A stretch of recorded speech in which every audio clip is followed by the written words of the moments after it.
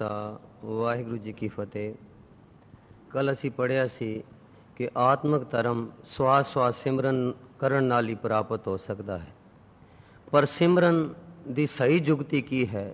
ਜੇ ਸਹੀ ਜੁਗਤੀ ਤੋਂ ਬਿਨਾਂ ਸਿਮਰਨ ਕਰਾਂਗੇ ਤਾਂ ਵੀ ਆਤਮਿਕ ਤਰੱਕੀ ਨਹੀਂ ਹੁੰਦੀ।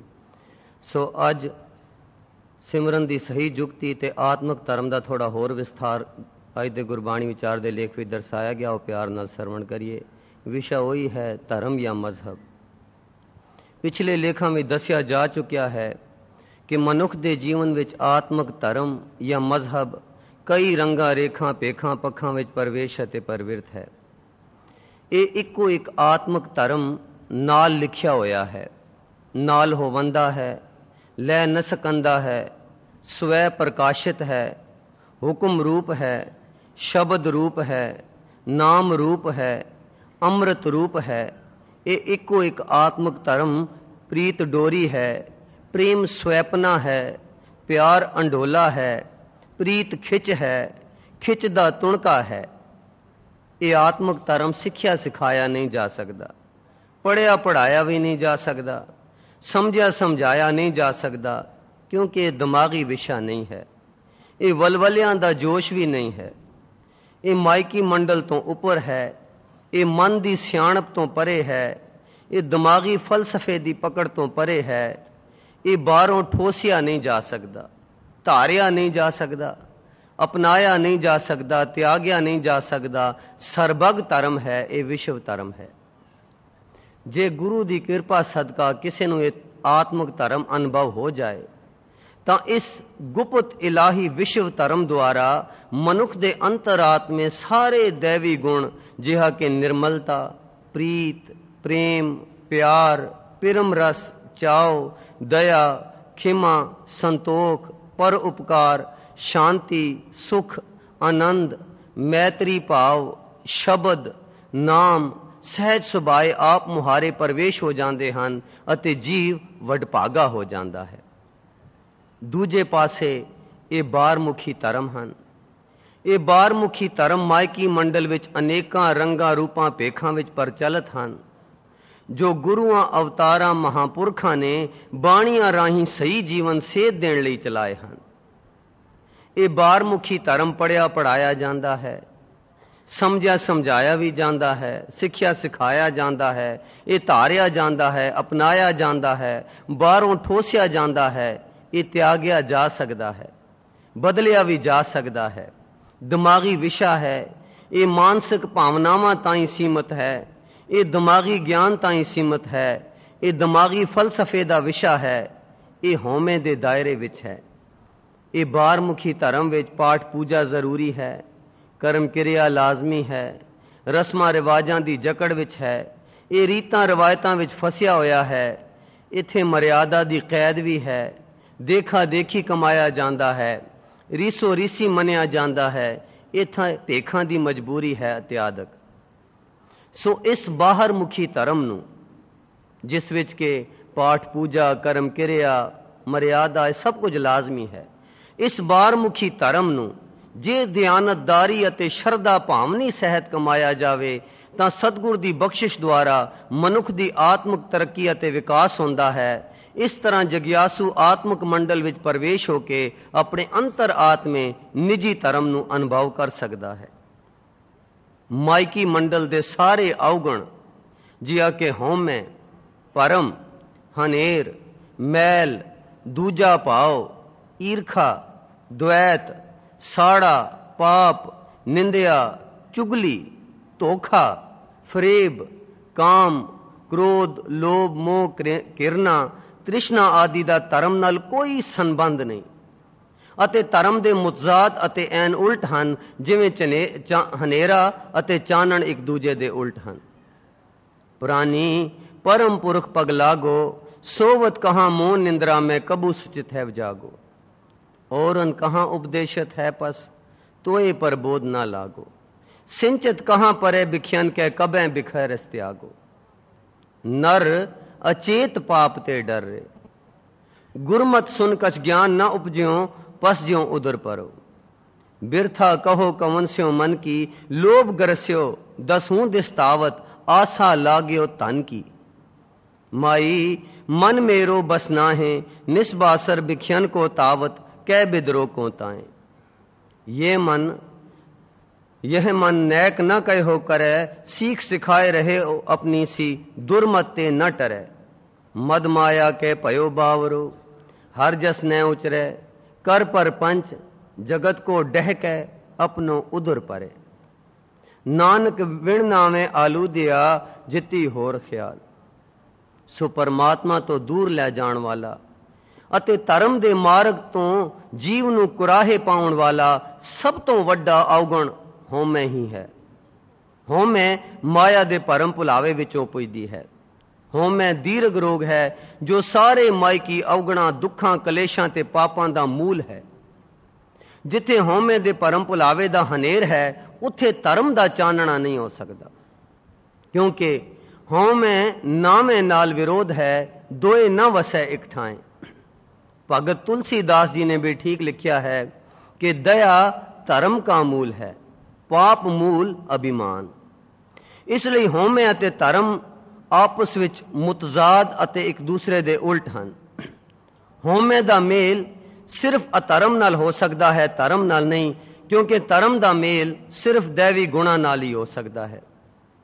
ਦੂਜੇ ਲਫ਼ਜ਼ਾਂ ਵਿੱਚ ਹਉਮੈ ਵਿੱਚ ਜੋ ਕਰਮ ਕੀਤੇ ਜਾਂਦੇ ਹਨ ਉਹ ਧਾਰਮਿਕ ਨਹੀਂ ਹੋ ਸਕਦੇ, ਬਲਕਿ ਅਧਰਮ ਹਨ, ਕਿਉਂਕਿ ਧਰਮ ਦਾ ਸੰਬੰਧ ਤਾਂ ਸਿਰਫ ਦੈਵੀ ਗੁਣਾਂ ਨਾਲ ਹੈ। ਜੇ ਧਰਮ ਦੇ ਨਾਂ ਤੇ ਕੋਈ ਔਗਣ ਦਾ ਪ੍ਰਗਟਾਵਾ ਹੁੰਦਾ ਸਾਡੇ ਅੰਦਰੋਂ, ਜਾਂ ਹਉਮੈ ਵਿੱਚ ਕੋਈ ਕਰਮ ਕੀਤੇ ਜਾਂਦੇ ਹਨ, ਉਹ ਧਾਰਮਿਕ ਨਹੀਂ ਹੋ ਸਕਦੇ, ਅਧਰਮ ਹਨ। ਇਸ ਲਈ ਧਰਮ ਦੇ ਨਾਂ ਤੇ ਜੋ ਮਜ਼ਹਬੀ ਤਵੱਸਬ ਦੀ ਆੜ ਵਿੱਚ ਇੱਕ ਦੂਜੇ ਨਾਲ ਵੈਰ ਵਿਰੋਧ, ਲੜਾਈਆਂ ਕੀਤੀਆਂ ਜਾਂਦੀਆਂ ਹਨ, ਉਹ ਵੀ ਸਭ ਅਧਰਮ ਹਨ। ਹਉਮੈ ਵਿੱਚ ਸੇਵਾ ਨਾ ਹੋਵਈ ਤਾਂ ਮਨ ਬਿਰਥਾ ਜਾਏ। ਹਉਮੈ ਵੱਡਾ ਗੁਬਾਰ ਹੈ, ਹਉਮੈ ਵਿੱਚ ਬੁਝ ਨਾ ਸਕੈ ਕੋਏ। ਹਉਮੈ ਵਿੱਚ ਭਗਤ ਨਾ ਹੋਵਈ, ਹੁਕਮ ਨਾ ਬੁਝਿਆ ਜਾਏ। ਹਉ ਵਿੱਚ ਸਚਿਆਰ ਕੁੜਿਆਰ, ਹਉ ਵਿੱਚ ਪਾਪ ਪੁੰਨ ਵਿਚਾਰ। ਬ੍ਰਾਹਮਣ ਬਹੁ ਪ੍ਰਕਾਰ ਕਰ, ਸ਼ਾਸਤਰ ਵੇਦ ਪੁਰਾਣ ਲੜਾਏ। ਚਾਰ ਵਰਨ ਚਾਰ ਮਜ਼ਹਬਾਂ, जग विच हिंदू मुसलमान है। खुदी बखील तकबरी, खिचो तान करें तंगाणे। बहु वाटी जग चलिया, तब ही पए मुहम्मद यारा।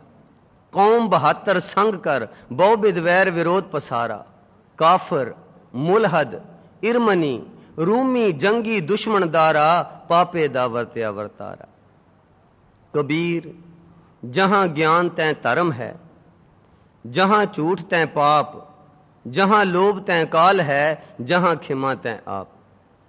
सो कईयां धर्मां ਦੀਆਂ ਬਾਣੀਆਂ ਜਾਂ ਧਾਰਮਿਕ ਗ੍ਰੰਥ ਗੂੜ ਭਾਸ਼ਾ ਵਿੱਚ ਲਿਖੇ ਹੁੰਦੇ ਹਨ, ਜਿਸ ਤਰ੍ਹਾਂ ਕਿ ਕੁਰਾਨ ਅਰਬੀ ਵਿੱਚ ਲਿਖੀ ਗਈ ਹੈ, ਵੇਦ ਸ਼ਾਸਤਰ ਸੰਸਕ੍ਰਿਤ ਵਿੱਚ, ਬਾਈਬਲ ਹੈਬਰੂ ਤੇ ਲੈਟਿਨ ਵਿੱਚ।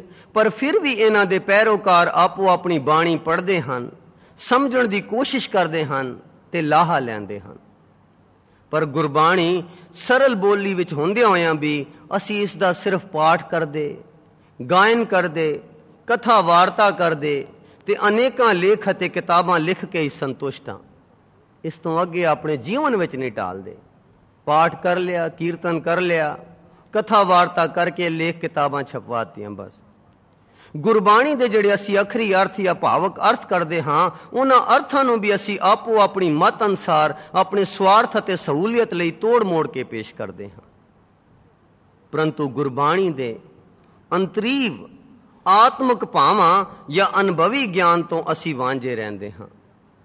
ਗੁਰਬਾਣੀ ਤਾਂ ਤੁਰੋਂ ਸੂਖਮ ਇਲਾਹੀ ਮੰਡਲ ਵਿੱਚੋਂ ਉਤਰੀ ਹੈ ਤੇ ਇਸ ਵਿੱਚ ਆਤਮਿਕ ਮੰਡਲ ਦੇ ਡੂੰਘੇ ਸੂਖਮ ਅਨੁਭਵੀ ਇਲਾਹੀ ਭੇਦ ਭਰਪੂਰ ਹਨ, ਜੋ ਅਨੁਭਵ ਦੁਆਰਾ ਹੀ ਜਾਣੇ ਅਤੇ ਬੁੱਝੇ ਜਾ ਸਕਦੇ ਹਨ। ਅਨਹਦ ਬਾਣੀ ਗੁਰਮੁਖ ਜਾਣੀ, ਬਿਰਲਾ ਕੋ ਅਰਥ ਆਵੇ। ਇਹ ਬਾਣੀ ਜੋ ਜੀਓ ਜਾਣੈ, ਤਿਸ ਅੰਤਰ ਰਵੈ ਹਰਨਾਮਾ। ਇਹ ਬਾਣੀ ਮਹਾਪੁਰਖ ਕੀ ਨਿਜ ਘਰ ਵਾਸਾ ਹੋਏ। ਸੋ ਇਹ ਇਲਾਹੀ ਬਾਣੀ ਜਿਸ ਆਤਮਿਕ ਵੇਵਲੈਂਥ ਤੋਂ ਰਚੀ ਗਈ ਹੈ, ਉਸੇ ਵੇਵਲੈਂਥ ਤੇ ਇਸ ਦੇ ਅੰਤਰੀਵ ਆਤਮਿਕ ਭਾਵਾਂ ਅਤੇ ਭੇਜਾਂ ਨੂੰ ਬੁੱਝਿਆ, ਸੀਝਿਆ, ਜਾਣਿਆ, ਪਹਿਚਾਣਿਆ ਤੇ ਅਨੁਭਵ ਕੀਤਾ ਜਾ ਸਕਦਾ ਹੈ।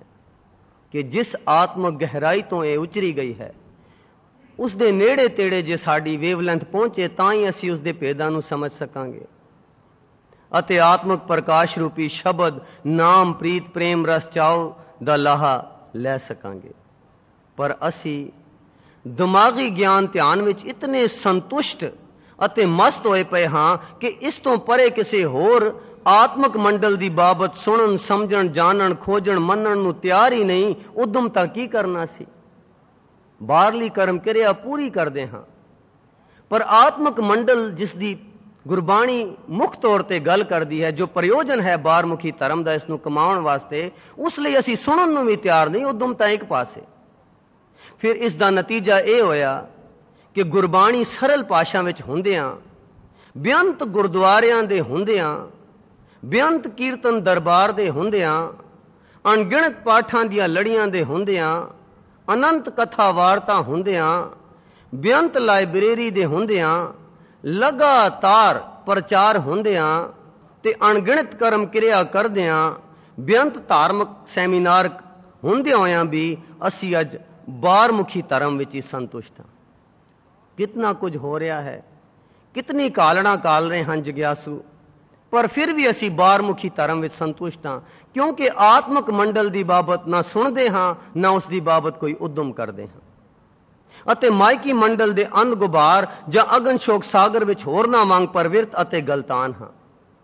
ਜਿਵੇਂ ਨਾਸਤਕ ਲੋਕ ਬੇਈਮਾਨੀ ਕਰਦੇ ਹਨ, ਧੋਖਾ ਕਰਦੇ ਹਨ, ਕ੍ਰੋਧ ਕਰਦੇ ਹਨ, ਕਾਮ ਵਿੱਚ ਗਲਤਾਨ ਰਹਿੰਦੇ ਹਨ, ਝੂਠ ਬੋਲਦੇ ਹਨ, ਉਸੇ ਤਰ੍ਹਾਂ ਅਸੀਂ ਅੱਜ ਇਹ ਬਾਹਰਮੁਖੀ ਧਰਮ ਦੇ ਸਾਧਨਾਂ ਨੂੰ ਕਰਦੇ ਹੋਏ ਅਸੀਂ ਵੀ ਉਸੇ ਤਰ੍ਹਾਂ ਕ੍ਰੋਧ ਕਰਦੇ ਹਾਂ, ਲੋਭ ਕਰਦੇ ਹਾਂ, ਝੂਠ ਫਰੇਬ ਦਗਾਬਾਜ਼ੀ ਸਭ ਕੁਝ ਅਸੀਂ ਵੀ ਤਾਂ ਕਰਦੇ ਹਾਂ। ਹੋਰ ਨਾ ਵਾਂਗ ਅਗਨ ਸ਼ੋਕ ਸਾਗਰ ਵਿੱਚ ਅਸੀਂ ਵੀ ਪਰਵਿਰਤ ਹਾਂ। ਇਸ ਤਰ੍ਹਾਂ ਗੁਰਬਾਣੀ ਵਿੱਚ ਦਰਸਾਈ ਗੁੱਜੀ ਆਤਮਿਕ ਨਿਰਾਲੀ ਖੇਲ ਤੋਂ ਬੇਖਬਰ, ਬੇਪਰਵਾਹ, ਅਣਜਾਣ ਤੇ ਅਵੇਸਲੇ ਹੋਏ ਪਏ ਹਾਂ। ਗੁਰਮਤ ਸੁਨ ਕਛ ਗਿਆਨ ਨਾ ਉਪਜਿਓ, ਪਸ ਜਿਉ ਉਦਰ ਪਰੋ। ਇੱਕ ਗਾਵਤ ਰਹੇ ਮਨ ਸਾਧ ਨਾ ਪਾਵੇ, ਹੋਮੇ ਵਿੱਚ ਗਾਵੇਂ ਬਿਰਥਾ ਜਾਏ। ਗਾਵਣ ਗਾਵੇਂ ਜਿਨ ਨਾਮ ਪਿਆਰ, ਸਾਚੀ ਬਾਣੀ ਸ਼ਬਦ ਵਿਚਾਰ। ਗਾਵਤ ਰਹਿ ਜੇ ਸਤਗੁਰ ਪਾਵੇ, ਮਨ ਤਨ ਰਾਤਾ ਨਾਮ ਸੁਹਾਵੇ। ਰਹਾਓ ਹਰ ਬਿਨ ਅਵਰ ਕਿਰਿਆ ਬਿਰਥੇ, ਜਪ ਤਪ ਸੰਜਮ ਕਰਮ ਕਮਾਣੇ ਇਹ ਊਰੇ ਮੂਸੇ। ਚਤੁਰ ਬੇਦ ਮੁਖ ਬਚਨੀ ਉਚਰੈ, ਆਗੇ ਮਹਿਲ ਨਾ ਪਾਈਏ। ਬੂਝੈ ਨਾਈ ਏਕ ਸੁਦਾਖਰ, ਉਹ ਸਗਲੀ ਝਾਕ ਚਖਾਈਏ। ਨਾਨਕ ਕਹਿ ਤੋ ਇਹ ਵਿਚਾਰਾ, ਜੇ ਕਮਾਵੇ ਸੋ ਪਾਰ ਗਰਾਮੀ। ਗੁਰ ਸੇਵੋ ਅਰ ਨਾਮ ਧਿਆਵੋ, ਤਿਆਗੋ ਮਨੇ ਗੁਮਾਨੀ। ਸੋ ਇਹ ਤਾਂ ਸਾਡੀ ਹਾਲਤ ਤੇ ਚਾਨਣਾ ਪਾਇਆ ਗਿਆ ਸੀ। ਹੁਣ ਬਾਹਰਮੁਖੀ ਸਾਧਨ ਦਾ ਕਿਹੜੀ ਕਿਰਿਆ ਹੈ ਜਿਸ ਨਾਲ ਸਾਨੂੰ ਆਤਮਿਕ ਧਰਮ ਦੀ ਪ੍ਰਾਪਤੀ ਹੁੰਦੀ ਹੈ? ਸਭ ਤੋਂ ਪਹਿਲਾਂ ਤਾਂ ਇਹ ਬਾਹਰਮੁਖੀ ਜਿਹੜੀ ਕਰਮ ਕਰਦੇ ਹਾਂ ਅਸੀਂ ਧਿਆਨ ਨਾਲ ਕਰਦੇ ਹਾਂ। ਇੱਕ ਉਦਾਹਰਣ ਰਾਹੀਂ ਇਸ ਗੱਲ ਨੂੰ ਸਪਸ਼ਟ ਕਰਦੇ ਹਨ ਕਿ ਆਛੀ ਸ਼ੀਸ਼ੇ ਦੇ ਟੁਕੜੇ ਉੱਤੇ ਸੂਰਜ ਦੀਆਂ ਕਿਰਨਾਂ ਪੈ ਕੇ ਸ਼ੀਸ਼ੇ ਵਿੱਚ ਦੀਆਂ ਲੰਘਦੀਆਂ ਹੋਈਆਂ ਲੱਖਾਂ ਕਿਰਨਾਂ ਇਕੱਠੀਆਂ ਤੇ ਇਕਾਗਰ ਹੋ ਕੇ ਇੱਕ ਸ਼ਕਤੀਮਾਨ ਗੂੜੀ ਕਿਰਨ ਬਣ ਜਾਂਦੀ ਹੈ। ਤੇ ਇਸ ਸ਼ਕਤੀਮਾਨ ਗੂੜੀ ਕਿਰਨ ਵਿੱਚ ਸੂਰਜ ਦੀ ਗਰਮੀ ਦੀ ਤੀਖਣਤਾ ਇਤਨੀ ਵੱਧ ਜਾਂਦੀ ਹੈ ਕਿ ਉਹ ਕਾਗਜ਼ ਨੂੰ ਸਾੜ ਦਿੰਦੀ ਹੈ, ਜਦਕਿ ਸਾਧਾਰਨ ਕਿਰਨਾਂ ਦਾ ਕਾਗਜ਼ ਉੱਤੇ ਕੋਈ ਅਸਰ ਨਹੀਂ ਹੁੰਦਾ। ਇਹ ਦ੍ਰਿਸ਼ਟਾਂਤ ਸਾਡੇ ਖਿਆਲਾਂ ਦੇ ਧਿਆਨ ਜਾਂ ਸੁਰਤੀ ਤੇ ਸਹੀ ਟੁਕਦਾ ਹੈ। ਜਿਉਂ-ਜਿਉਂ ਸਾਡਾ ਧਿਆਨ ਇਕਾਗਰ ਹੁੰਦਾ ਜਾਂਦਾ ਹੈ, ਤਿਉਂ-ਤਿਉਂ ਇਹਨਾਂ ਦੀ ਸ਼ਕਤੀ ਵੱਧਦੀ ਜਾਂਦੀ ਹੈ। ਇਸੇ ਤਰ੍ਹਾਂ ਕਿਸੇ ਕੰਮ ਦੀ ਕਾਮਯਾਬੀ ਵਿੱਚ ਧਿਆਨ ਦੀ ਇਕਾਗਰਤਾ ਅਤੇ ਤੀਬਰਤਾ ਦੀ ਅਤਿਅੰਤ ਲੋੜ ਹੈ। ਦੂਜੇ ਲਫ਼ਜ਼ਾਂ ਵਿੱਚ ਧਿਆਨ ਤੋਂ ਬਗੈਰ ਕੋਈ ਕੰਮ ਨਹੀਂ ਸੁਰਦਾ, ਬਲਕਿ ਉਲਟਾ ਵਿਗੜ ਜਾਂਦਾ ਹੈ। ਬੱਸਾਂ ਕਾਰਾਂ ਤੇ ਮਸ਼ੀਨਾਂ ਚਲਾਉਣ ਵਾਲਿਆਂ ਲਈ ਸਾਵਧਾਨਤਾ ਇਕਾਗਰਤਾ ਚ ਧਿਆਨ ਦੀ ਅਹਿਮੀਅਤ ਹੋਰ ਵੀ ਵੱਧ ਜਾਂਦੀ ਹੈ। ਸੋ ਧਿਆਨ ਨਾਲ ਕਰਨਾ ਕੀ ਹੈ? ਗੁਰਬਾਣੀ ਸਾਨੂੰ ਬੜੇ ਧਿਆਨ ਨਾਲ ਪ੍ਰਭੂ ਦਾ ਨਾਮ ਸਿਮਰਨ ਕਰਨ ਦੀ ਤਾਕੀਦ ਕਰਦੀ ਹੈ। ਇਹ ਸਿਮਰਨ ਕੀ ਹੈ ਕਿ ਸਾਈਂ ਦੇ ਅਨੇਕਾਂ ਗੁਣਾਂ ਨੂੰ ਭਾਵਨਾ ਸਹਿਤ ਧਿਆਨ ਵਿੱਚ ਲੈ ਕੇ ਗੁਰਮੰਤਰ ਦਾ ਜਾਪ ਕਰਨਾ। ਨਿਰਾ ਜਾਪ ਹੀ ਨਹੀਂ ਕਰਨਾ, ਇਸ ਨੂੰ ਯਾਦ ਰੱਖਣਾ। ਜੇ ਭੁੱਲ ਜਾਵੇ ਤਾਂ ਮੁੜ ਮੁੜ ਯਾਦ ਰੱਖਣਾ, ਲਗਾਤਾਰ ਯਾਦ ਰੱਖਣਾ ਤੇ ਇੱਕ ਛਿਨ ਲਈ ਵੀ ਨਾ ਵਿਸਾਰਨਾ। ਇਹ ਸਿਮਰਨ ਹੈ। ਹਾਂਜੀ, ਪਰਮਾਤਮਾ ਦੇ ਅਨੇਕਾਂ ਗੁਣਾਂ ਨੂੰ ਭਾਵਨਾ ਸਹਿਤ ਧਿਆਨ ਵਿੱਚ ਲੈ ਕੇ ਗੁਰਮੰਤਰ ਦਾ ਜਾਪ ਕਰਨਾ, ਇਹ ਸਿਮਰਨ ਹੈ। ਸਾਵਧਾਨ ਹੋ ਕੇ ਇਕਾਗਰ ਚਿੱਤ ਨਾਲ ਸਿਮਰਨ ਕਰਨ ਨਾਲ ਹੀ ਸਾਡਾ ਜੀਵਨ ਸਫਲ ਹੋ ਸਕਦਾ ਹੈ ਤੇ ਇਲਾਹੀ ਅੰਤਰਮੁਖੀ ਧਰਮ ਦੀ ਪ੍ਰਾਪਤੀ ਹੋ ਸਕਦੀ ਹੈ। ਪ੍ਰਭ ਕੀ ਉਸਤਤ ਕਰੋ ਸੰਤਮੀਤ, ਸਾਵਧਾਨ ਇਕਾਗਰ ਚਿੱਤ, एक चित जै एक छिन त्यायो, काल फास के बीच न आयो। त्याए त्याए भगतै सुख पाया, जिन जिन नाम ते आया तिनके काज सरे। जिन्नी नाम ते आया गए मशक्कत काल, नानक ते मुख उजले केती छुट्टी नाल। ਸੋ ਧਿਆਨ ਨਾਲ ਸਿਮਰਨ ਕਰਨ ਦੀ ਮਹਾਨਤਾ ਅਤੇ ਬਰਕਤਾਂ ਨੂੰ ਗੁਰਬਾਣੀ ਅਤੇ ਭਾਈ ਗੁਰਦਾਸ ਜੀ ਨੇ ਹੰਸ, ਕੂੰਜ ਅਤੇ ਕਛੂ ਕਮੇ ਦੀਆਂ ਮਿਸਾਲਾਂ ਦੁਆਰਾ ਇਉਂ ਦ੍ਰਿੜਾਇਆ ਹੈ। ਹੰਸੋ ਹੰਸ ਗਿਆਨ ਕਰ, ਦੁੱਧੈ ਵਿੱਚੋਂ ਕੱਢੈ ਪਾਣੀ। ਕਛੋ ਕਛ ਧਿਆਨ ਧਰ, ਲਹਿਰ ਵਿਆਪੈ ਘੁੰਮਣ ਵਾਣੀ। ਕੂੰਜੋ ਕੂੰਜ ਵਖਾਣੀਐ, ਸਿਮਰਨ ਕਰ ਉੱਡੈ ਅਸਮਾਣੀ। ਗੁਰ ਪਰਚੈ ਗੁਰ ਜਾਣੀਐ, ज्ञान ध्यान सिमरन गुरबाणी। ऊडे ऊड आवे सह कोसा, तिस पाछे बचरे छरिया। तिन कौन खिलावे कौन चुगावे, मन में सिमरन करिया। उपरली विचार तो सुते सिद्ध स्पष्ट हो जाता है कि ज्ञान ध्यान ਅਤੇ ਇਕਾਗਰਤਾ ਦੁਆਰਾ ਸਿਮਰਨ ਇਹ ਧਰਮ ਦਾ ਬਹੁਤ ਜ਼ਰੂਰੀ ਅੰਗ ਹੈ। ਤਾਂ ਤੇ ਗਿਆਨ ਲਈ ਧਾਰਮਿਕ ਗ੍ਰੰਥ ਦੇ ਅਰਥ ਬੋਧ ਦੀ ਜਾਣਕਾਰੀ ਚਾਹੀਦੀ ਹੈ, ਕਿਉਂਕਿ ਅਸੀਂ ਪੜ੍ਹਿਆ ਕਿ ਸਾਈਂ ਦੇ ਅਨੇਕਾਂ ਗੁਣਾਂ ਨੂੰ ਧਿਆਨ ਵਿੱਚ ਲੈ ਕੇ ਭਾਵਨਾ ਸਹਿਤ ਗੁਰਮੰਤਰ ਦਾ ਜਾਪ ਕਰਨਾ ਹੈ, ਐਵੇਂ ਰਟਨ ਮਾਤਰ ਨਹੀਂ। ਸੋ ਸਾਈਂ ਦੇ ਗੁਣਾਂ ਨੂੰ ਸਮਝਣ ਲਈ ਸਾਨੂੰ ਗੁਰਬਾਣੀ ਦੇ ਅਰਥ ਬੋਧ ਦੀ ਜਾਣਕਾਰੀ ਜ਼ਰੂਰੀ ਹੈ, ਕਿਉਂਕਿ ਗੁਰਬਾਣੀ ਵਿੱਚ ਤਾਂ ਪ੍ਰਭੂ ਦੇ ਗੁਣਾਂ ਦਾ ਖਜ਼ਾਨਾ ਮੌਜੂਦ ਹੈ। ਜੇ ਅਰਥ ਸਾਨੂੰ ਪਤਾ ਹੋਣਗੇ ਤਾਂ ਹੀ ਸਮਝ ਆਵੇਗੀ।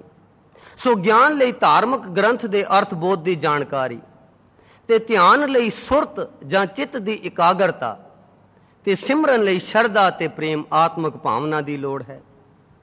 ਗਿਆਨ ਧਿਆਨ ਅਤੇ ਸਿਮਰਨ ਦੀ ਸਹੀ ਜੁਗਤੀ ਤੋਂ ਬਗੈਰ ਆਤਮਿਕ ਤਰੱਕੀ ਨਹੀਂ ਹੋ ਸਕਦੀ। ਹਾਂਜੀ, ਇਹ ਮਕੈਨੀਕਲ ਰਟਨ ਜਿਹੜਾ ਅਸੀਂ ਕਰਦੇ ਹਾਂ, ਧਿਆਨ ਕਿਸੇ ਹੋਰ ਪਾਸੇ ਤੇ ਮੂੰਹ ਨਾਲ ਵਾਹਿਗੁਰੂ ਵਾਹਿਗੁਰੂ ਦਾ ਜਾਪ ਕਰ ਲਿਆ, ਇਹੋ ਜਿਹਾ ਸਿਮਰਨ ਗੁਰਬਾਣੀ ਵਿੱਚ ਪ੍ਰਵਾਨ ਨਹੀਂ। ਗਿਆਨ ਧਿਆਨ ਅਤੇ ਸਿਮਰਨ ਦੀ ਸਹੀ ਜੁਗਤੀ ਤੋਂ ਬਗੈਰ ਆਤਮਿਕ ਤਰੱਕੀ ਨਹੀਂ ਹੋ ਸਕਦੀ। ਇਸ ਸਹੀ ਜੁਗਤੀ ਦੁਆਰਾ ਹੀ ਸ਼ਬਦ ਸੁਰਤ ਦੀ ਉੱਚੀ ਸੁੱਚੀ ਆਤਮਿਕ ਅਵਸਥਾ ਦੀ ਪ੍ਰਾਪਤੀ ਹੁੰਦੀ ਹੈ। ਗੁਰਮੁਖ ਜਨਮ ਸਕਾਰ ਥਾ, ਗੁਰਬਾਣੀ ਪੜ ਸਮਝ ਸੁਣੇ ਹੀ। ਮਨ ਸਮਝਾਵਨ ਕਾਰ ਨੇ ਕਛੂ ਕੁ ਪੜੀਐ ਗਿਆਨ। ਗੁਰਸਿੱਖੀ ਦਾ ਲਿਖਣਾ, ਗੁਰਬਾਣੀ ਸੁਣ ਸਮਝੈ ਲਿਖੈ। ਤੁਨ ਮੈਂ ਧਿਆਨ ਧਿਆਨ ਮੈਂ ਜਾਣਿਆ, ਗੁਰਮੁਖ ਅਕਥ ਕਹਾਣੀ। ਜਾਂ ਕੈ ਹਿਰਦੈ ਵਿਸ਼ਵਾਸ ਪ੍ਰਭ ਆਇਆ, ਤਤ ਗਿਆਨ ਤਿਸ ਮਨ ਪ੍ਰਗਟਾਇਆ। 20 बिस्वै गुर का मन मानै, सो सेवक परमेश्वर की गत जाने। जांके मन गुर की प्रतीत, तिस जन आवे हर प्रभ चीत। जागत जोत जपै निस्बासर, एक बिना मन नैक न आने। पूरन प्रेम प्रतीत सजै, ब्रत गोर मड़ी मटभूल न माने। सो जड़ा सिमरन करना है, एक तां लगातार मुड़ मुड़ याद करके एक छिन ਲਈ नहीं विसारना, ਤੇ ਦੂਸਰੀ ਗੱਲ ਧਿਆਨ ਨਾਲ ਕਰਨਾ ਹੈ। ਖਿਆਲਾਂ ਨੂੰ ਇੱਕ ਨੁਕਤੇ ਉੱਤੇ ਇਕਾਗਰ ਕਰਨ ਨੂੰ ਧਿਆਨ ਕਿਹਾ ਜਾਂਦਾ ਹੈ। ਹਰ ਕੰਮ ਨੂੰ ਸਫਲ ਅਤੇ ਸੰਪੂਰਨ ਕਰਨ ਲਈ ਧਿਆਨ ਲਾਜ਼ਮੀ ਹੈ। ਧਿਆਨ ਤੋਂ ਬਗੈਰ ਕੋਈ ਕੰਮ ਸਹੀ, ਮੁਕੰਮਲ, ਪੂਰਨ ਤੇ ਲਾਭਦਾਇਕ ਨਹੀਂ ਹੋ ਸਕਦਾ।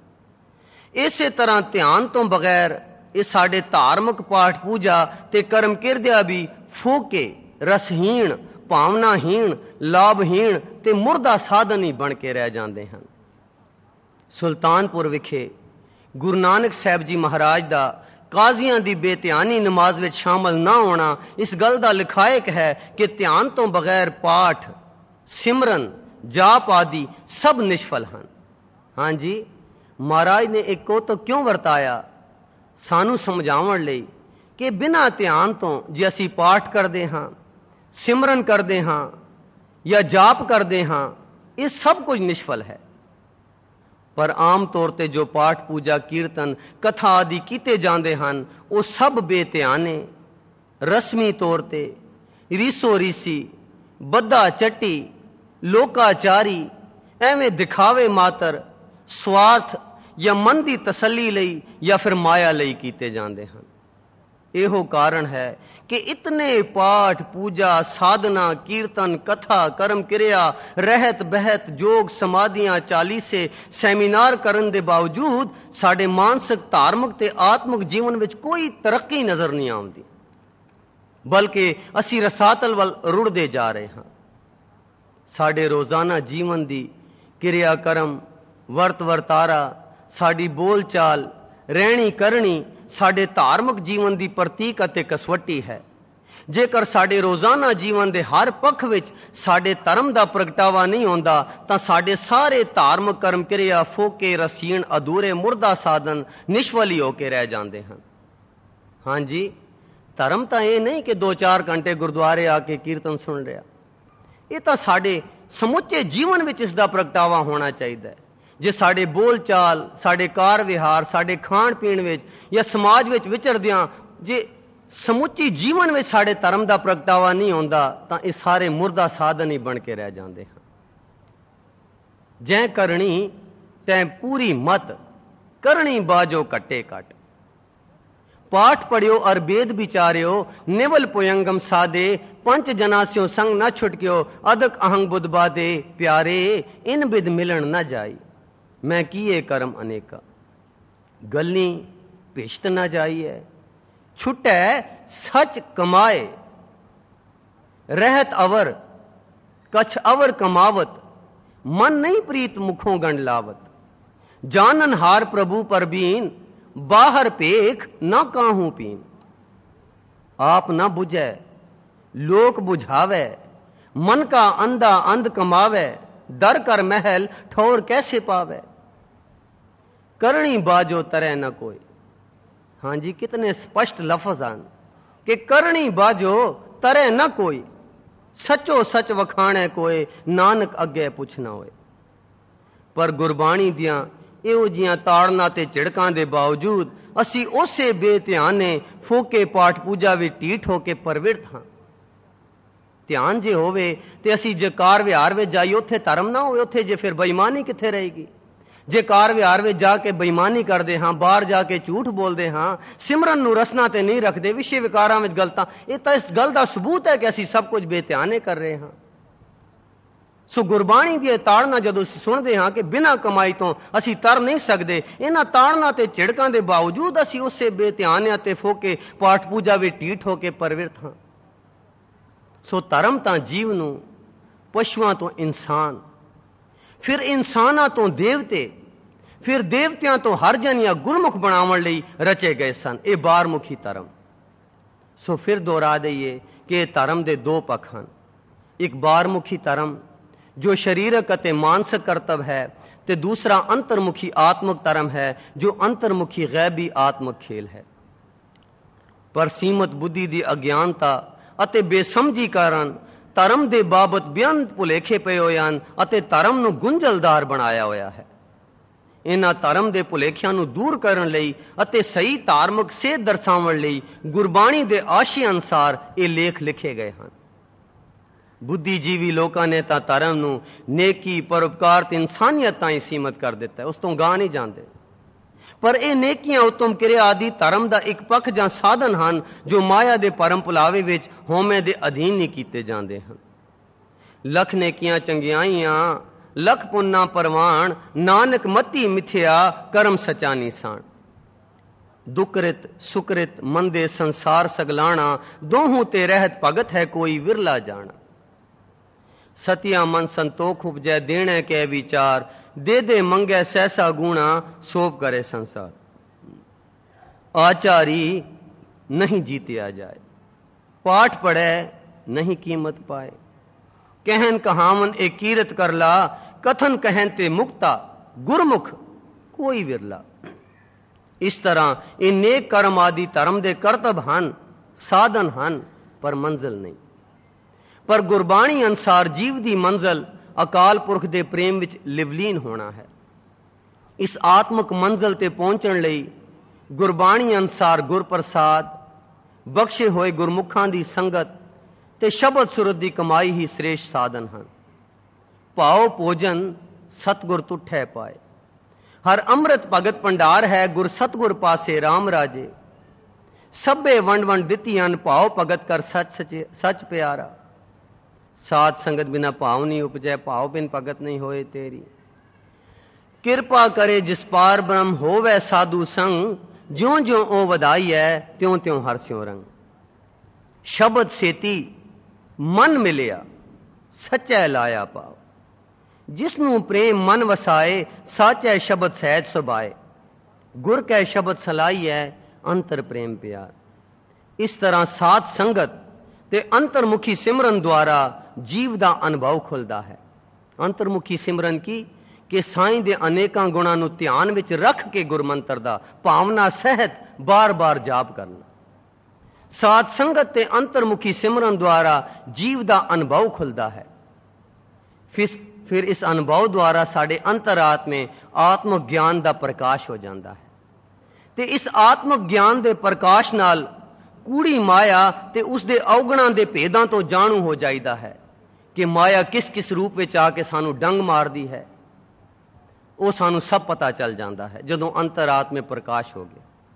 ਜਦੋਂ ਮਾਇਆ ਦੇ ਔਗਣਾਂ ਤੇ ਉਸ ਦੇ ਭੇਦਾਂ ਦਾ ਪਤਾ ਚੱਲ ਜਾਂਦਾ ਹੈ, ਫਿਰ ਜੀਵ ਮਾਇਕੀ ਭਰਮ ਦੇ ਹਨੇਰ ਵਿੱਚ ਫਸਦਾ ਨਹੀਂ, ਉਸ ਵਿੱਚੋਂ ਨਿਕਲ ਜਾਂਦਾ ਹੈ। ਨਿਕਲ ਕੇ ਫਿਰ ਜੀਵ ਦਾ ਸਦੀਵੀ ਤੌਰ ਤੇ ਇਲਾਹੀ ਪ੍ਰਕਾਸ਼ ਵਿੱਚ ਪ੍ਰਵੇਸ਼ ਹੋ ਜਾਂਦਾ ਹੈ। ਇਲਾਹੀ ਪ੍ਰਕਾਸ਼ ਦੇ ਮੰਡਲ ਵਿੱਚ ਉਹ ਪ੍ਰਵੇਸ਼ ਕਰ ਜਾਂਦਾ ਹੈ। ਇਸ ਤਰ੍ਹਾਂ ਫਿਰ ਹਉਮੈ ਵੇੜੀ ਮੈਂ ਮੇਰੀ ਦੀ ਭਾਵਨਾ ਛੁੱਟ ਜਾਂਦੀ ਹੈ ਤੇ ਜੀਵ ਤੂੰ ਤੇਰੀ ਦੀ ਭਾਵਨਾ ਵਿੱਚ ਵਿਚਰਦਾ ਹੈ। ਫਿਰ ਤਾਂ ਸਾਰੀਆਂ ਇਲਾਹੀ ਦਾਤਾਂ, ਬਖਸ਼ਿਸ਼ਾਂ ਅਤੇ ਆਤਮਿਕ ਗੁਣ ਜਿਹਾ ਕਿ ਦਇਆ, ਪ੍ਰੀਤ, ਪ੍ਰੇਮ, ਪਿਆਰ, ਰਸ, ਚਾਉ, ਆਨੰਦ, ਖੇੜਾ, ਸ਼ਾਂਤੀ, ਸਹਿਜ, ਸਤ, ਸੰਤੋਖ, ਧੀਰਜ, ਖਿਮਾ, ਸੇਵਾ, ਨਿਮਰਤਾ ਆਦਿ ਜੀਵ ਦੇ ਮਨ, ਤਨ, ਚਿੱਤ, ਬੁੱਧੀ, ਅੰਤਸ਼ਕਰਣ ਵਿੱਚ ਸਹਿਜੇ ਹੀ ਪ੍ਰਵੇਸ਼ ਹੋ ਜਾਂਦੇ ਹਨ। ਹਾਂਜੀ, ਉਹ ਅੰਤਸ਼ਕਰਣ ਵਿੱਚ ਜਿਹੜੀ ਗੰਦੀ ਹਵਾੜ ਕਈ ਜਨਮਾਂ ਤੋਂ ਜਮਾ ਹੈ, ਉਹਦਾ 1 ਮਿੰਟ 'ਚ ਹੀ ਖਾਤਮਾ ਹੋ ਜਾਂਦਾ ਹੈ। ਉਸ ਦੀ ਥਾਂ ਤੇ ਅੰਤਸ਼ਕਰਣ ਵਿੱਚ ਵੀ ਗੁਣਾਂ ਦਾ ਪ੍ਰਵੇਸ਼ ਹੋ ਜਾਂਦਾ ਹੈ, ਬਹੁਤ ਬਹੁਲਤਾ ਵਿੱਚ। ਇਸ ਤਰ੍ਹਾਂ ਜੀਵ ਆਤਮ ਪਰਾਇਣ ਹੋ ਕੇ ਪਰਉਪਕਾਰ ਦੇ ਉਮਾਹ ਵਿੱਚ ਬੇਖਰੀਦ ਗੋਲਾ ਬਣ ਕੇ ਆਪ ਗਵਾਏ ਸੇਵਾ ਕਰੇ ਦਾ ਉਪਦੇਸ਼ ਕਮਾਉਂਦਾ ਹੈ। ਫਿਰ ਇਸ ਤਰ੍ਹਾਂ ਜੀਵ ਕਰਮਬੱਧ ਨਹੀਂ ਹੁੰਦਾ, ਕਿਉਂਕਿ ਹੁਣ ਜਿਹੜੇ ਅਸੀਂ ਕੰਮ ਕਰਦੇ ਹਾਂ ਆਪਣੇ ਭਾਣੇ ਵਿੱਚ ਕਰਦੇ ਹਾਂ, ਤੇ ਜਦੋਂ ਆਤਮ ਪਰਾਇਣ ਹੋ ਜਾਂਦੇ ਹਾਂ ਫਿਰ ਗੁਰੂ ਦੇ ਹੁਕਮ ਵਿੱਚ ਉਹ ਕਰਮ ਆਉਂਦੇ ਹਨ। ਇਸ ਤਰ੍ਹਾਂ ਜੀਵ ਆਪਣੇ ਕਰਮਾਂ ਦੇ ਗੁਲਾਮ ਨਹੀਂ ਹੁੰਦਾ, ਫਿਰ ਤੇ ਉਹ ਜਮਾ ਦੇ ਵਸ ਨਹੀਂ ਪੈਂਦਾ, ਉਸ ਦਾ ਲੇਖਾ ਨਹੀਂ ਦੇਣਾ ਪੈਂਦਾ ਤੇ ਆਵਾਗਮਨ ਤੋਂ ਬਚ ਜਾਂਦਾ ਹੈ ਤੇ ਆਪਣੇ ਨਾਲ ਲਿਖੇ ਹੁਕਮ ਦੀ ਰਵਾਨਗੀ ਵਿੱਚ ਸੁਰ ਹੋ ਕੇ ਇਲਾਹੀ ਭਾਣੇ ਵਿੱਚ ਵਿਚਰਦਾ ਹੈ। ਜੀਵ ਸੁਚੇਤ ਅਵਸਥਾ ਵਿੱਚ ਵੀ ਆਪਣੇ ਨਾਲ ਲਿਖੇ ਅੰਤਰੀਵ ਆਤਮਿਕ ਧਰਮ ਨੂੰ ਸਹਿਜੇ ਹੀ ਕਮਾਉਂਦਾ ਹੈ। ਇਸ ਤਰ੍ਹਾਂ ਜੀਵ ਦਾ ਲੋਕ ਵੀ ਸੁਖੀ ਹੋ ਜਾਂਦਾ ਹੈ ਤੇ ਪਰਲੋਕ ਵੀ ਸੁਹੇਲਾ ਹੋ ਜਾਂਦਾ ਹੈ। ਪਰ ਸ਼ੁਰੂਆਤ ਕਿੱਥੋਂ ਹੋਈ? ਸਿਮਰਨ ਤੋਂ। ਜਦੋਂ ਅਸੀਂ ਸਹੀ ਜੁਗਤੀ ਨਾਲ ਸਵਾਸ ਸਵਾਸ ਸਿਮਰਨ ਕਰਨ ਦੀ ਆਦਤ ਪਾਈ। ਇਸੇ ਕਰਕੇ ਲਿਖਿਆ ਹੈ, ਚੀਤ ਆਵੇ ਤਾਂ ਮਹਾ ਆਨੰਦ, ਚੀਤ ਆਵੇ ਤਾਂ ਸਭ ਦੁੱਖ ਪੰਜ, ਚੀਤ ਆਵੇ ਤਾਂ ਸ਼ਰਧਾ ਪੂਰੀ, ਚੀਤ ਆਵੇ ਤਾਂ ਕਬਹਿ ਨ ਚੂਰੀ। ਅੰਤਰ ਰਾਮ ਰਾਏ ਪ੍ਰਗਟੇ ਆਏ, ਗੁਰ ਪੂਰੇ ਦਿਓ ਰੰਗ ਲਾਏ ਰਹਾਓ। ਚੀਤ ਆਵੇ ਤਾਂ ਸਰਬ ਕੋ ਰਾਜਾ, ਚੀਤ ਆਵੇ ਤਾਂ ਪੂਰੇ ਕਾਜਾ, ਚੀਤ ਆਵੇ ਤਾਂ ਰੰਗ ਗੁਲਾਲ, ਚੀਤ ਆਵੇ ਤਾਂ ਸਦਾ ਨਿਹਾਲ, ਚੀਤ ਆਵੇ ਤਾਂ ਸਦ ਧਨਵੰਤਾ, ਚੀਤ ਆਵੇ ਤਾਂ ਸਦ ਨਿਬਰੰਤਾ, ਚੀਤ ਆਵੇ ਤਾਂ ਸਭ ਰੰਗ ਮਾਣੈ, ਚੀਤ ਆਵੇ ਤਾਂ ਚੂਕੀ ਕਾਣੇ, ਚੀਤ ਆਵੇ ਤਾਂ ਸਹਿਜ ਕਰ ਪਾਇਆ, ਚੀਤ ਆਵੇ ਤਾਂ ਸੁਨ ਸਮਾਇਆ, ਚੀਤ ਆਵੇ ਸਦ ਕੀਰਤਨ ਕਰਤਾ, ਮਨ ਮਾਨਿਆ ਨਾਨਕ ਭਗਵੰਤਾ। ਦੂਜੇ ਪਾਸੇ ਜਦ ਸਾਡਾ ਮਨ ਪਰਮੇਸ਼ਰ ਨੂੰ ਭੁੱਲ ਕੇ ਬੇਮੁਖ ਹੋ ਜਾਂਦਾ ਹੈ ਤਾਂ ਅਸੀਂ ਮਾਇਕੀ ਭਰਮ ਭੁਲਾਵੇ ਵਿੱਚ ਵਿਚਰਦੇ ਹਾਂ। ਭਰਮ ਭੁਲਾਵੇ ਦੇ ਹਨੇਰ ਵਿੱਚ ਠੋਕਰਾਂ ਖਾਂਦੇ ਤੇ ਦੁੱਖ ਕਲੇਸ਼ ਭੋਗਦੇ ਹਾਂ। ਹਾਂਜੀ, ਪਰਮੇਸ਼ਰ ਨੂੰ ਭੁੱਲ ਕੇ ਹਉਮੈ ਦੇ ਅਧੀਨ ਮੈਂ ਮੇਰੀ ਵਾਲਾ ਜੀਵਨ ਬਤੀਤ ਕਰਦੇ ਹਾਂ। ਇਹ ਮੇਰੀ ਸਿਆਣਪ, ਮੇਰੀ ਕਾਮਨਾ, ਮੇਰਾ ਧੀ, ਮੇਰਾ ਪੁੱਤਰ, ਮੇਰਾ ਪਰਿਵਾਰ, ਮੇਰੀ ਧਨ ਦੌਲਤ, ਨਿਰਾ ਹਉਮੈ ਵਿੱਚ ਮੈਂ ਮੇਰੀ ਦੇ ਅਧੀਨ ਹੀ ਨਹੀਂ ਵਿਚਰਦੇ, ਬਲਕਿ ਪੰਜਾਂ ਦੇ ਵਸ ਪੈ ਕੇ ਕਾਮ, ਕ੍ਰੋਧ, ਲੋਭ, ਮੋਹ, ਹੰਕਾਰ ਦੇ ਅਧੀਨ ਨੀਵੇਂ ਕਰਮ ਕਰਦੇ ਹਾਂ ਤੇ ਨਤੀਜੇ ਭੋਗਦੇ ਹਾਂ। ਅਕਾਲ ਪੁਰਖ ਨੂੰ ਵਿਸਾਰ ਕੇ ਮਾਇਕੀ ਕੁਸੰਗਤ ਦੇ ਅਸਰ ਹੇਠ ਨੀਵੇਂ ਖਿਆਲ ਤੇ ਗਲਤ ਨਿਸ਼ਚਿਆਂ ਨਾਲ ਤੇ ਨੀਵੇਂ ਕਰਮਾਂ ਨਾਲ ਆਪਣੇ ਮਨ ਨੂੰ ਮਲੀਨ ਕਰੀ ਜਾਂਦੇ ਹਾਂ। ਦੂਜੇ ਭਾਵ ਵਿੱਚ ਵਿਚਰ ਕੇ ਈਰਖਾ, ਦੁਐਤ, ਨਫ਼ਰਤ, ਵੈਰ, ਵਿਰੋਧ, ਲੜਾਈਆਂ, ਝਗੜੇ, ਦੁੱਖ, ਕਲੇਸ਼, ਸ਼ੱਕ, ਵਿਕਾਰ ਸੇੜਦੇ ਅਤੇ ਦੁਖੀ ਹੁੰਦੇ ਹਾਂ। ਪਲਚ ਪਲਚ ਸਗਲੀ ਮੋਈ ਝੂਠੇ ਤਨ ਦੇ ਮੂੰਹ। ਤ੍ਰਿਸ਼ਨਾ ਦੇ ਪਾਂਬੜ ਵਿੱਚ ਦਿਨ ਰਾਤ ਸੜਦੇ ਹਾਂ। ਇਹ ਸਭ ਕੁਝ ਤਾਂ ਹੁੰਦਾ ਹੈ ਜਦੋਂ ਅਸੀਂ ਪਰਮਾਤਮਾ ਨੂੰ ਭੁਲਾ ਦਿੰਦੇ ਹਾਂ। ਫਿਕਰ ਚਿੰਤਾ ਵਿੱਚ ਗੋਤੇ ਖਾਂਦੇ ਹਾਂ। ਆਵਾਗਮਨ ਦੇ ਅਟੁੱਟ ਚੱਕਰ ਵਿੱਚ ਪੈ ਕੇ ਜੰਮਦੇ ਮਰਦੇ ਹਾਂ, ਜਮਾਂ ਦੇ ਵਸ ਪੈਂਦੇ ਹਾਂ ਤੇ ਇਲਾਹੀ ਦਾਤਾਂ, ਬਖਸ਼ਿਸ਼ਾਂ ਤੇ ਦੇਵੀ ਗੁਣਾਂ ਤੋਂ ਵਾਂਝੇ ਰਹਿੰਦੇ ਹਾਂ। ਇਸ ਸੱਚਾਈ ਨੂੰ ਗੁਰਬਾਣੀ ਵਿੱਚ ਇਉਂ ਦਰਸਾਇਆ ਗਿਆ ਹੈ, ਸੋਈ ਮਲੀਨ ਦੀਨਹੀਨ ਜਿਸ ਪ੍ਰਭ ਬਿਸਰਾਨਾ, ਕਰਨੇ ਹਾਰ ਨਾ ਬੁਝਈ ਆਪ ਗਨੇ ਬੇਗਾਨਾ। ਸਭੈ ਦੁੱਖ ਸੰਤਾਪ ਜਾਂ ਤੁਧੋਂ ਭੁੱਲੀਐ, ਜੇ ਕੀਚਨ ਲਖ ਉਪਾਉ ਤਾਂ ਕਹੀਂ ਨਾ ਕੁਲੀਐ। ਜਿਸ ਨੂੰ ਵਿਸਰੈ ਨਾਉ ਸੋ ਨਿਰਦਨ ਕਾਂਡੀਐ, ਜਿਸ ਖਸਮ ਨਾ ਆਵੈ ਚਿਤ ਤਿਸ ਜਮ ਡੰਡ ਦੇ। ਜਿਸ ਖਸਮ ਨਾ ਆਵੀ ਚਿਤ ਰੋਗੀ ਸੇ ਗਣੇ, ਜਿਸ ਖਸਮ ਨਾ ਆਵੀ ਚਿਤ ਸੋ ਖਰੋ ਹੰਕਾਰਿਆ। ਸੋਈ ਦੁਹੇਲਾ ਜਗ ਜਿਨ ਨਾਮ ਵਿਸਾਰਿਆ। ਨਾਨਕ ਨਾਏ ਵਿਸਾਰੀਐ ਸੁਖ ਕੇ ਨੇਹਾ ਹੋਏ, ਨਾਨਕ ਨਾਏ ਵਿਸਾਰੀਐ ਸਭ ਮੰਦੀ ਰੁੱਤੈ। ਹਰ ਸਾਜਨ ਪੁਰਖ ਵਿਸਾਰ ਕੈ ਲੱਗੀ ਮਾਇਆ ਤੋ, ਦਏ ਵਿਸਾਰ ਵਿਗੁਚਣਾ ਪ੍ਰਭ ਬਿਨ ਅਵਰ ਨ ਕੋਏ। ਸਰਬ ਦੁਖ जब बिसरै स्वामी, इहां ऊहां काम न प्राणी। कौतक कोड तमाशया, चित न आवस नाओ। नानक कोड़ी नरक बराबरे, उजड़ सोई था। बिसरंत हर गोपालै, नानक ते प्राणी उद्यान परमणै। इस लेख दे निचोड़ नूं इउं दर्शाया जा सकदा है कि आत्मक धर्म ਇਹ ਖਿਆਲਾਂ ਦਾ ਵਿਸ਼ਾ ਨਹੀਂ, ਇਹ ਮਨੋਕਲਪਿਤ ਰਵਾਇਤਾਂ ਨਹੀਂ ਕਿ ਅਸੀਂ ਕੋਈ ਕਲਪਨਾ ਧਾਰ ਲਈਏ ਤੇ ਉਹਦੀ ਉਡਾਰੀਆਂ ਮਾਰੀਏ। ਇਹ ਕੋਈ ਮਨੋਕਲਪਿਤ ਰਵਾਇਤਾਂ ਨਹੀਂ ਆਤਮਕ ਧਰਮ। ਇਹ ਕੋਈ ਸਿਆਣਪ ਨਹੀਂ, ਇਹ ਖਿਆਲੀ ਟਕੌਂਸਲੇ ਨਹੀਂ, ਇਹ ਹੱਠ ਧਰਮ ਨਹੀਂ, ਇਹ ਦਿਮਾਗੀ ਗਿਆਨ ਵੀ ਨਹੀਂ, ਇਹ ਫਿਲਾਸਫੀ ਨਹੀਂ, ਇਹ ਕੋਈ ਕਰਮ ਕਿਰਿਆ ਨਹੀਂ ਜਿਹੜੇ ਅਸੀਂ ਸਰੀਰ ਨਾਲ ਕਰੀਏ। ਆਤਮਕ ਧਰਮ ਇਹ ਕੋਈ ਵਲਵਲੇ ਨਹੀਂ ਜਿਹੜੇ ਮਨ ਵਿੱਚ ਉਪਜਦੇ ਹਨ। ਇਹ ਜੋਸ਼ ਨਹੀਂ, ਇਹ ਕੋਈ ਅਫੁਰ ਅਵਸਥਾ ਸੁਣ ਨਹੀਂ, ਸਗੋਂ ਇਹ ਤਾਂ ਨਾਲ ਲਿਖਿਆ ਹੈ। ਇਹ ਗੁਪਤ ਹੈ। ਇਹ ਆਤਮਕ ਧਰਮ ਆਤਮਕ ਭਾਵਨਾ ਹੈ, ਇਹ ਆਤਮਕ ਸਵੈਪਨਾ ਹੈ, ਇਹ ਆਤਮਕ ਰੁਣ ਚੁਣ ਹੈ, ਇਹ ਆਤਮਕ ਜੀਵਨ ਰੌਂ ਹੈ। ਇਹ ਜੀਵਨ ਰੌਂ ਦੀ ਰਵਾਨਗੀ ਹੈ, ਇਹ ਰਵਾਨਗੀ ਦੀ ਸਹਿਜ ਚਾਲ ਹੈ। ਇਹ ਤਾਂ ਜੀਵਤ ਮਰਨਾ ਹੈ, ਇਹ ਆਪ ਗਵਾਉਣਾ ਹੈ, ਬੇਖਰੀਦ ਗੋਲਾ ਬਣਨਾ ਹੈ। ਇਹ ਤਾਂ ਇਲਾਹੀ ਚਾਕਰੀ ਕਰਨੀ ਹੈ। ਇਹ ਤਾਂ ਪਾਣੇ ਵਿੱਚ ਆਉਣਾ ਹੈ, ਪਰ ਪਾਣੇ ਵਿੱਚ ਤਾਂ ਆਵਾਂਗੇ ਜੇ ਪਹਿਲੇ ਪਾਣੇ ਨੂੰ ਬੁੱਝਾਂਗੇ। ਇਹ ਆਤਮਕ ਧਰਮ ਪਾਣੇ ਵਿੱਚ ਆਉਣਾ ਹੈ। ਇਹ ਤਾਂ ਪਿਰਮ ਖੇਲ ਹੈ, ਇਹ ਖੇਲ ਨਿਰਾਲੀ ਹੈ, ਇਹ ਸਹਿਜ ਖੇਲ ਹੈ, ਇਹ ਚੁੱਪ ਪ੍ਰੀਤ ਹੈ, ਇਹ ਪ੍ਰੀਤ ਦਾ ਚਾਉ ਹੈ, ਇਹ ਪ੍ਰੀਤ ਦਾ ਰੰਗ ਹੈ, ਇਹ ਪ੍ਰੀਤ ਦਾ ਰਸ ਹੈ, ਇਹ ਪ੍ਰੀਤ ਦੀ ਮਸਤੀ ਹੈ, ਇਹ ਹੁਕਮ ਹੈ, ਇਹ ਸ਼ਬਦ ਹੈ, ਇਹ ਨਾਮ ਹੈ। ਇਸ ਲਈ ਇਸ ਆਤਮਕ ਧਰਮ ਵਿੱਚ ਵਿਤਕਰਾ, ਵੈਰ ਵਿਰੋਧ, ਈਰਖਾ, ਦੁਵੈਤ, ਨਫ਼ਰਤ, ਤਵੱਸਬ, ਟਾਕਰੇ, ਝਗੜੇ, ਲੜਾਈਆਂ ਦੀ ਕੋਈ ਗੁੰਜਾਇਸ਼ ਨਹੀਂ। ਹਾਂਜੀ, ਜਿਸ ਇਨਸਾਨ ਦੀ ਕੋਈ ਨਿੰਦਿਆ ਹੋਵੇ, ਜਿਤਨੀ ਤੇ ਜਿਸ ਦੀ ਕੋਈ ਉਸਤਤ ਹੋਵੇ, ਨਿੰਦਿਆ ਕਰਨ ਵਾਲੇ ਤੇ ਉਸਤਤ ਨਾਲ ਇੱਕੋ ਜਿਹਾ ਵਰਤਾਰਾ ਕਰੇ। ਜਿਵੇਂ ਸੰਗਤ ਵਿੱਚ ਆ ਕੇ ਗੁਰੂ ਭਾਈਆਂ ਨਾਲ ਪਿਆਰ ਕਰਦਾ ਹੈ, ਬਾਹਰ ਦੁਨੀਆ ਵਿੱਚ ਵਿਚਰ ਕੇ ਸ਼ਰਾਬੀ ਕਬਾਬੀਆਂ ਨਾ ਹੋਈ ਉਸੇ ਤਰ੍ਹਾਂ ਜਫੀ ਵਿੱਚ ਲਵੇ, ਸਮਝ ਲਓ ਉਸ ਆਦਮੀ ਨੂੰ ਆਤਮਕ ਧਰਮ ਦੀ ਪ੍ਰਾਪਤੀ ਹੈ। ਕਿਉਂਕਿ ਇਸ ਆਤਮਕ ਧਰਮ ਵਿੱਚ ਕੋਈ ਵਿਤਕਰੇ ਦੀ ਗੁੰਜਾਇਸ਼ ਹੀ ਨਹੀਂ। ਪਰ ਇਹ ਆਤਮਕ ਧਰਮ ਪ੍ਰਾਪਤ ਕਿਵੇਂ ਹੁੰਦਾ ਹੈ? ਪਿੱਛੇ ਅਸੀਂ ਪੜ੍ਹਿਆ, ਫਿਰ ਦੁਹਰਾ ਦਈਏ ਕਿ ਪਰਮਾਤਮਾ ਦੇ ਅਨੇਕਾਂ ਗੁਣਾਂ ਨੂੰ ਭਾਵਨਾ ਸਹਿਤ ਧਿਆਨ ਵਿੱਚ ਲੈ ਕੇ ਗੁਰਮੰਤਰ ਦਾ ਜਾਪ ਕਰਨਾ, ਮੁੜ ਮੁੜ ਕੇ ਜਾਪ ਕਰਨਾ, ਇੱਕ ਛਿਨ ਲਈ ਵੀ ਗੁਰਮੰਤਰ ਨੂੰ ਨਾ ਵਿਸਾਰਨਾ, ਇਹ ਸਿਮਰਨ ਹੈ। ਪਰ ਇੱਥੇ ਇੱਕ ਸਵਾਲ ਉੱਠਦਾ ਹੈ ਕਿ ਗੁਰਬਾਣੀ ਦੇ ਅਰਥ ਅਸੀਂ ਸਿੱਖ ਲਏ ਤੇ ਪਰਮਾਤਮਾ ਦੇ ਗੁਣ ਸਾਨੂੰ ਉੱਥੇ ਪ੍ਰਾਪਤ ਹੋ ਗਏ। ਪੰਜਾਂ ਪਿਆਰਿਆਂ ਕੋਲੋਂ ਅੰਮ੍ਰਿਤ ਛਕ ਲਿਆ, ਗੁਰਮੰਤਰ ਉੱਥੋਂ ਪ੍ਰਾਪਤ ਹੋ ਗਿਆ। ਕੁਸੰਗਤ ਤੋਂ ਬਚ ਲਿਆ, ਆਪਣੇ ਨੀਵੇਂ ਖਿਆਲਾਂ ਤੋਂ ਅਲਿਪਤ ਰਹਿ ਰਹੇ, ਚਿੱਤ ਦੀ ਇਕਾਗਰਤਾ ਨਸੀਬ ਹੋਈ, ਧਿਆਨ ਉੱਥੋਂ ਪ੍ਰਾਪਤ ਹੋ ਗਿਆ। ਇਹ ਚੌਥੀ ਗੱਲ ਭਾਵਨਾ ਕਿੱਥੋਂ ਪ੍ਰਾਪਤ ਹੋਵੇ?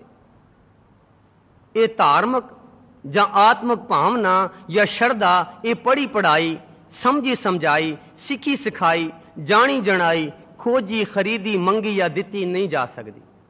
ਜੇ ਕਿਸੇ ਕੋਲ ਆਤਮਕ ਭਾਵਨਾ ਹੈ, ਦੂਸਰੇ ਨੂੰ ਦੇਵੇ ਦੇ ਨਹੀਂ ਸਕਦਾ। ਸੋ ਇਹ ਸ਼ਰਧਾ ਭਾਵਨੀ ਸਿਰਫ ਗੁਰਪ੍ਰਸਾਦ ਦੁਆਰਾ ਆਤਮਕ ਜੀਵਨ ਵਾਲੇ ਬਖਸ਼ੇ ਹੋਏ ਗੁਰਮੁਖ ਪਿਆਰਿਆਂ, ਸੰਤਾਂ, ਮਹਾਪੁਰਸ਼ਾਂ ਦੀ ਸੰਗਤ ਵਿੱਚ ਲਾਗ ਜਾਂ ਛੋਹ ਨਾਲ ਮਿਲਦੀ ਹੈ। ਧਿਆਨ ਦੇਣਾ ਜੀ, ਕੱਲ ਵੀ ਪੜਿਆ ਕਿ ਆਤਮਕ ਭਾਵਨਾ ਤੋਂ ਬਿਨਾਂ ਸਭ ਮੁਰਦੇ ਸਾਧਨ ਹਨ, ਤੇ ਹੁਣ ਵੀ ਪੜਿਆ ਜੇ ਸਿਮਰਨ ਕਰਨਾ ਹੈ ਧਿਆਨ ਨਾਲ ਤਾਂ ਕਰਨਾ ਹੈ, ਪਰ ਆਤਮਕ ਭਾਵਨਾ ਨਾਲ। ਸੋ ਇਹ ਭਾਵਨਾ ਗੁਰਮੁਖ ਪਿਆਰਿਆਂ ਦੀ ਸੰਗਤ ਵਿੱਚੋਂ ਨਸੀਬ ਹੁੰਦੀ ਹੈ। ਜਦੋਂ ਉਹਨਾਂ ਦੀ ਸੰਗਤ ਵਿੱਚ ਅਸੀਂ ਵਿਚਰਦੇ ਹਾਂ, ਕੋਈ ਛੋਹ ਲੱਗਦੀ ਸਾਨੂੰ ਪਤਾ ਨਹੀਂ, ਸਾਡੇ ਅੰਤਰਾਤਮੇ ਵਿੱਚੋਂ ਭਾਵਨਾ ਉਪਜ ਪੈਂਦੀ ਹੈ। ਇਹ ਕੋਈ ਅਤਕਥਨੀ ਨਹੀਂ, ਗੁਰਬਾਣੀ ਸਾਨੂੰ ਇਸ ਗੱਲ ਦੀ ਗਵਾਹੀ ਭਰਦੀ ਹੈ ਕਿ ਸਾਧ ਸੰਗਤ ਬਿਨਾ ਭਾਵ ਨਹੀਂ ਉਪਜੈ, ਤੇ ਭਾਵ ਬਿਨ ਭਗਤ ਨਹੀਂ ਹੋਏ ਤੇਰੀ। ਕਿਰਪਾ ਕਰੇ ਜਿਸ ਪਾਰ ਬ੍ਰਹਮ, ਹੋਵੇ ਸਾਧੂ ਸੰਗ, ਜਿਉਂ ਜਿਉਂ ਉਹ ਵਧਾਈ ਹੈ, ਤਿਉਂ ਤਿਉਂ ਹਰ ਸਿਉ ਰੰਗ।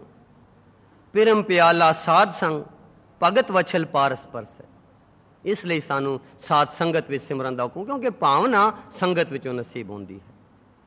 ਗੁਰਬਾਣੀ ਵਿਚਾਰ ਲੇਖ ਨੰਬਰ 51, ਧਰਮ ਜਾਂ ਮਜ਼ਹਬ, ਭਾਗ 6ਵਾਂ। ਗੁਰੂ ਰੂਪ ਪਿਆਰੀ ਸਾਧ ਸੰਗਤ ਜੀ, ਗੁਰਮੁਖ ਪਿਆਰਿਆਂ ਨੇ ਆਪਣੇ ਆਤਮਿਕ ਅਨੁਭਵ ਵਿੱਚੋਂ ਗੁਰਬਾਣੀ ਦੇ ਆਧਾਰ ਤੇ ਸਾਨੂੰ ਸੇਧ ਲੈਣ ਦੇਣ ਲਈ ਧਰਮ ਜਾਂ ਮਜ਼ਹਬ ਦੇ ਵਿਸ਼ੇ ਤੇ 11 ਲੇਖਾਂ ਦੀ ਇੱਕ ਲੜੀ ਲਿਖੀ ਹੈ, ਜਿਸ ਵਿੱਚੋਂ 6ਵਾਂ ਭਾਗ ਆਪ ਜੀ ਦੇ ਸਾਹਮਣੇ ਪੜ੍ਹਿਆ ਗਿਆ ਸੀ। ਸੋ ਇਸ ਲਿਖਤਾਂ ਨੂੰ ਲੈ ਕੇ ਇਹਨਾਂ ਤੋਂ ਅਸੀਂ ਸੇਧ ਲਈਏ ਤੇ ਗੁਰਬਾਣੀ ਦੇ ਡੂੰਘੇ ਭੇਦਾਂ ਨੂੰ ਸਮਝੀਏ, ਕਿਉਂਕਿ ਸਾਨੂੰ ਹਾਲੇ ਤੱਕ ਇਹ ਸੋਝ ਹੀ ਨਹੀਂ ਆਈ ਕਿ ਗੁਰਬਾਣੀ ਕਿਸ ਧਰਮ ਦੀ ਗੱਲ ਕਰਦੀ ਹੈ। ਸੋ ਇਹਨਾਂ ਤੋਂ ਸੇਧ ਲੈ ਕੇ ਗੁਰਬਾਣੀ ਅਨੁਸਾਰ ਜੀਵਨ ਜੀ ਕੇ ਅਸੀਂ ਆਪਣਾ ਲੋਕ ਪਰਲੋਕ ਸਵਾਰ ਸਕਦੇ ਹਾਂ।